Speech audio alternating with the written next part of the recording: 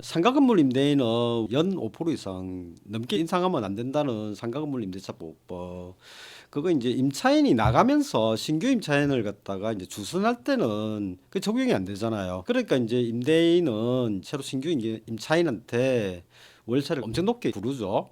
그러면 새로 하려는 그 신규 임차인은 계약을 포기하게 되고, 그러면 이제 기존 임차인은 어떻게 됩니까? 권리금을 이제 회수를 못 하고 이제 그냥 빈털터리로 이제 나가는 경우가 많이 있지 않습니까? 오늘은 이제 그거 이야기 좀 해볼까 하는데, 임대인이 이렇게 하는 이유는 뭘까요? 아무래도 지금 상가건물 임대차 보호법이 최장 10년까지 계약 갱신이 가능하다 보니까 처음에 차임을 얼마로 세팅을 하는지에 따라서 향후 10년이 이제 왔다 갔다 그렇죠. 하잖아요. 처음에 이제 좀 책정을 잘 해야 되니까 그러니까 그죠. 처음부터 이제 제대로 좀 높게 받으려고. 또 책정한 금액이면 정당한데 이제 문제는 임대인 입장에서는 기존의 임차인이 권리금을 못 받고 나가면 임대인한테 굉장히 유리하거든요. 왜냐하면 임차인 나오고 난 다음에 이제 새로 이제 자기가 임차인을 구하는 거죠. 그러면서 여기는 권리금이 없는 상가다. 그러니까 지금 이만큼 금액을 월세를 내더라도 권리금이 없으니까 당신한테 유리한 것이다. 이렇게 이제 할 수가 있는 거죠. 그래서 이제 이런 거는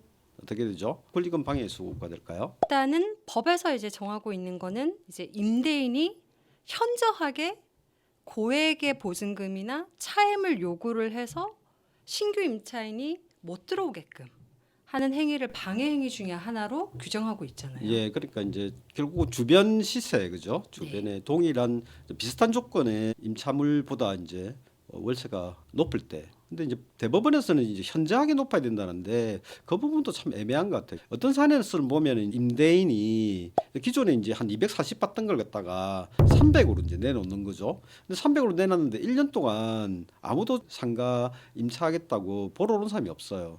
그럼 결국 그건 어떻게 되는 거죠?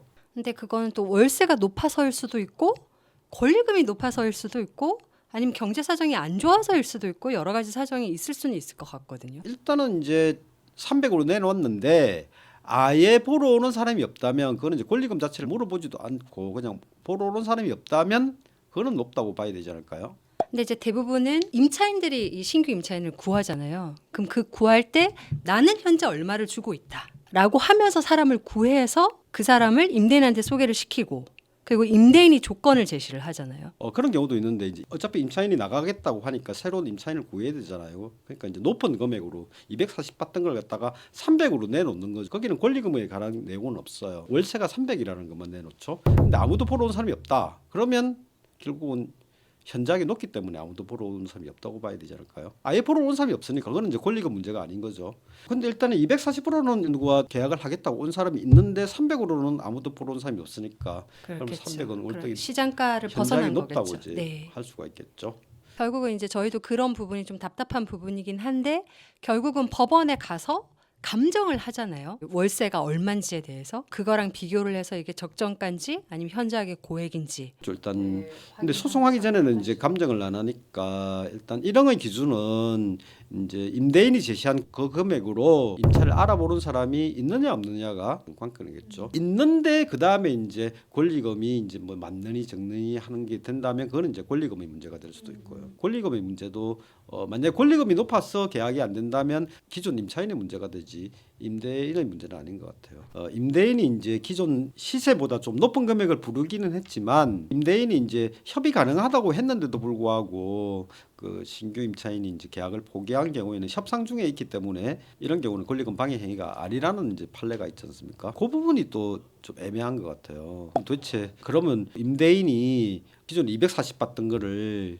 300으로 받아야 되겠다 해놓고 신규 임차인을 이제 기존 임차인이 구해 와서 주소를 했는데 임대인이 300을 받아야 되겠다라고 하면서도 협의 가능하다 하는데 어떻게 가능한지에 대해서는 구체적인 내용을 하나 또 이야기를 안 하고 시간만 질질 끌면 어떻게 하느냐 이런 문제도 또 있어요. 그렇죠. 근데 이게 법에서는 사실은 이 매물의 임대료를 얼마로 책정할 건지에 대한 거는 임대인의 자유기도 하고 근데 또 기존 임차인 입장에서는 이게 얼마인지에 따라서 본인이 권리금을 회수할 수 있는지 아닌지 문제가 있고, 그러니까 이걸 이제 법원이 적정히 봐가면서 할 건데 협의 중에 있다라고 하면 사실 협의를 해봤어야 되는 거죠. 일단은 이제 법원에서는 이제 협의 중이냐 아니냐 이제 이렇게 보는데, 임대인이 말로만 협의 중이라고 하는데 실제로는 협의할 마음이 전혀 없이 그냥 말로만 이제 협의 중이다 이렇게 했다면 그거는 이제 협의 중이 아니라고 법원에서 판단할 걸로 보여지기는 합니다. 근데 협의 제스처를 우리가 먼저 임차인 쪽에서 계속 해봐야 임대인이 말만 저렇게 하더라라는 게 밝혀지니까. 권리금에 있어서 결국은 신규 임차인을 구해가지고 주선을 했는데 임대인이 높은 월세를 제시해서 계약이 안 됐다. 계약 기간 다 끝났고 새로운 임차인은 전혀 구해지지 않는다면 결국은 임차인은 권리금 못 받고 이제 나가야 되는 상황인데, 그러면 임대인한테 이제 권리금을 방해했으니까 네가 손해배상을 해야 된다 이렇게 이제 해야 되지 않습니까? 그럴 때 구체적으로 어떤 게 필요할 거냐 하는 건데, 원래는 권리금을 청구하려면 신규 임차인을 주선해야 되고, 그런데 임대인이 월세를 높이 제시해가지고 계약이 안 됐다.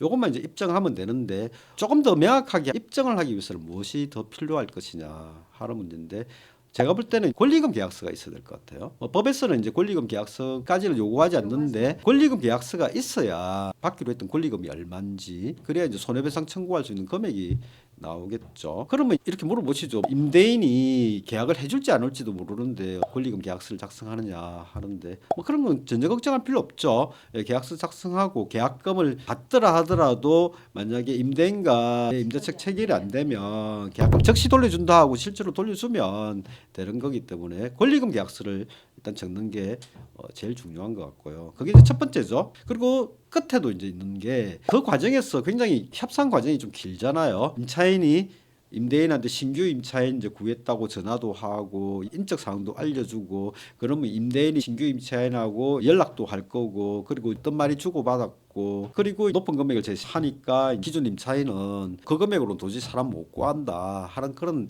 내용들을 통화 내역이나 이런 걸 쭉 하면 이 양이 너무 많고 정리가 안 되거든요. 그래서 마무리로 뭔가 내용 증명 같은 거 임차인이 보내야 될 것 같아요. 여태까지 있었던 일들을 다 기록을 하는. 상세하게 이렇게 딱 정리를 하는 내용 증명을 마지막으로 보내는 게 권리금 소송에 있어서 마무리하는 그런 게 되지 않을까, 그렇게 생각이 드는데, 일단 기본적으로 이 신규 임차인을 주선할 수 있는 기간 제한이 딱 있잖아요. 그게 계약 종료 시로부터 6개월 전부터 종료 시까지인 거고, 간혹가다 이제 저희한테 상담을 주시는 분들 중에서는 계약 기간 중인데 본인이 나가고 싶어서 이럴 때 내가 주선할 수 있냐라고 물어보시는데, 끝나기 6개월 전부터만 이제 주선이 가능하다는 거고, 또 간혹 이런 분들도 계시더라고요.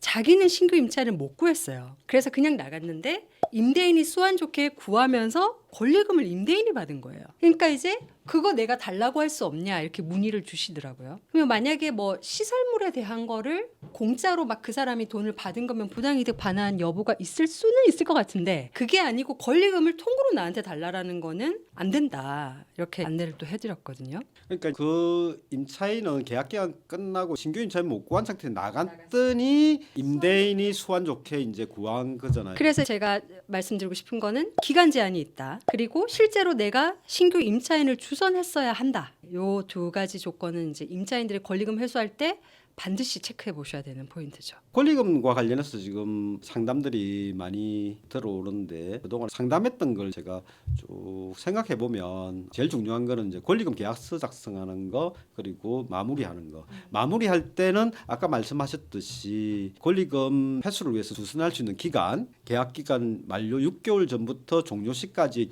전체 경과를 마무리해서 딱 잘 정리한 내용 증명을 마지막에 보내야 소송하는데 입증에 있어서 꼭 필요할 거. 한 가지 제가 더 말씀드리고 싶은 건, 이건 임차인들 위한 지금 내용인 것 같으니까요. 3개월치의 월세를 미납한 히스토리만 있어도 권리금 회수기에는 보장되지 않습니다. 임차인들이 사실 의외로 이런 경우들이 많으시더라고요. 3개월치의 월세가 미납된 이력이 있는데 다 갚았기 때문에 문제가 없다라고 생각하는데 법이 보호하는 이거를 혜택을 보려면 임차인이 자기 할 바를 다 해야 되는 거죠. 그래서 권리금 상담이 들어오면 세 달치가 밀린 적이 있는지 없는지를 반드시 먼저 상담을 하고 알아보고 나서 우리가 상담을 하고 있죠. 한 가지 더 이야기를 하면 3개월치에는 코로나 바이러스 특례 기간이 있는데 그때 밀린 거는 포함이 안 된다. 봐준다. 그런 내용이 또 있죠.